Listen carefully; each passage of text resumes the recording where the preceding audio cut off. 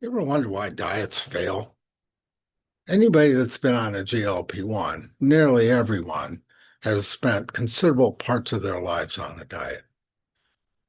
Lose 10 pounds, gain 15, lose 10 pounds, gain 20, the proverbial yo-yo diet. And the reason behind it lies in the term deprivation. Diets are about deprivation, restricting what we can eat. It's fulfilling, desires to have some sort of food or some sort of craving. Worrying about that we're going to be hungry and we better make sure that we eat before we eat, just to make sure we don't have that sensation. Or we find out that, food is so much a part of our joyful life. Well, with the help of GLP-1s, I do believe that we can now break the cycle, the failed cycle of dieting.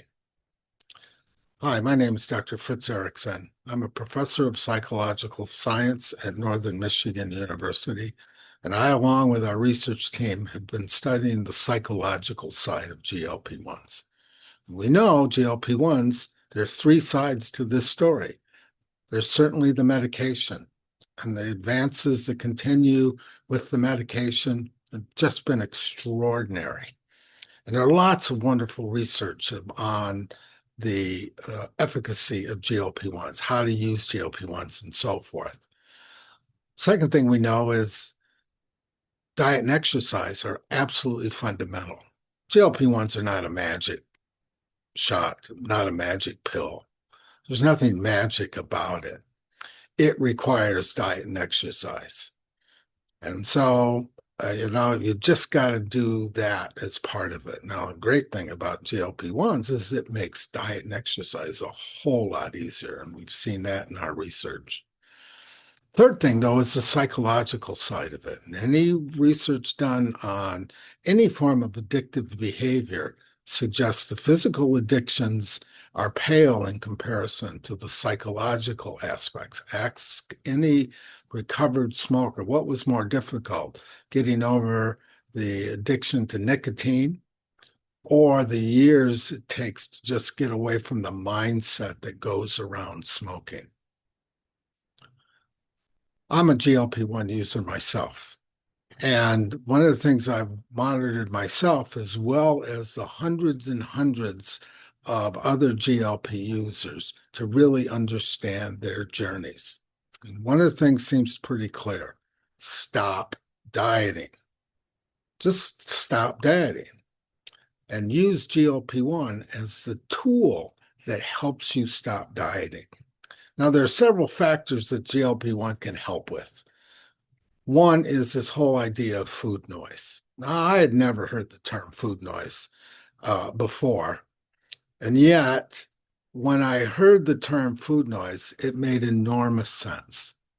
When you're in a diet culture, you tend to focus and think about food all the time, often in a very negative way. I can't have, I have to deprive myself. Don't have that. Don't eat that. Don't do that. But we know that if we stop that deprivation approach, and if we can limit the food noise that helps drive us that, we increase the likelihood of success greatly.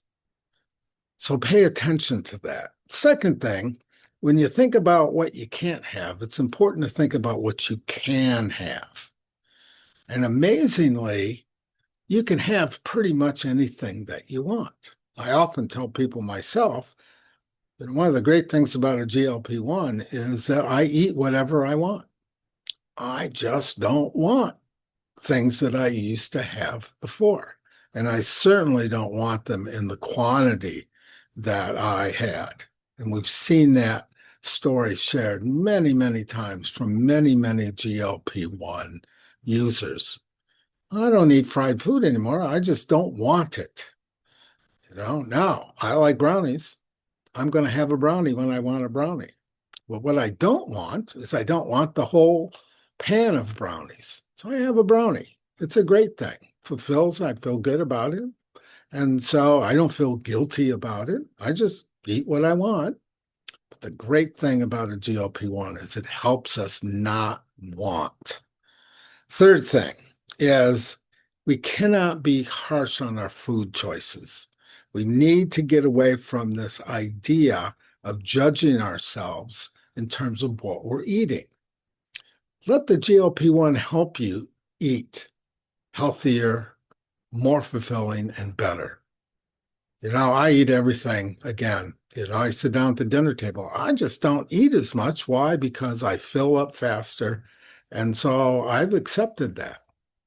And I think that's one of the great things about it is that I eat what I want and I just don't want lots of things. I used to really like to drink, one of those big, heavy IPA beers. I don't want that so much anymore because it fills me up, and I just don't want it. And one of the things that we've seen from so many GLP-1 users is when they share stories about the one time, the second time, maybe even the third time when they overate and how miserable they felt for hours and even days later. And so, you know, um, don't be judgmental on yourself. Fourth thing is this idea, remember, dieting just means deprivation. That's why we need to stop dieting. But one of the things that goes with that, one of the reasons we fail with deprivation is because it takes the joy out of eating. Dieting is no fun. I've never met anybody that says, boy, I just love dieting. The reality is we need to enjoy the food that we eat, right? That's it. That's an important thing. I think the whole psychological approach is about making sure you have joy. We just don't eat so much of it. I like Mexican food, so I still eat Mexican food. I go out to dinner with my wife all the time. I just don't eat near as much as I used to with that. Step five, this is pretty controversial, but I think the literature is suggesting more and more for many people, not everybody, stop counting. Don't need to count so much. Like I don't count calories. I don't have any points. I don't, make sure I have 27 grams of protein at every meal or drink X number of ounces of water because that reminds me too much of dieting.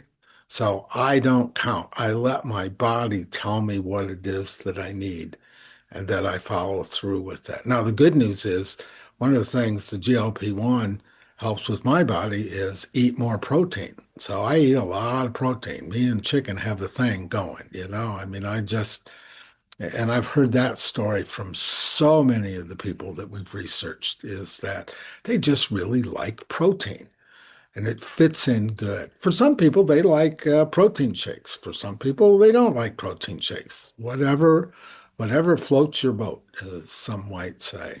You know, you don't have to count.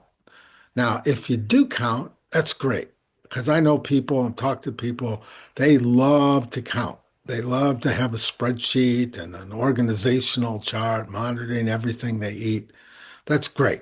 If that works for them, they should do that. Remember, each of us are on a unique journey. And so, but if you're not a counter, don't feel guilty about counting. Last thing I would say about this is that when those negative thoughts creep in, redirect your mind. Go to that happy place. Enjoy this journey.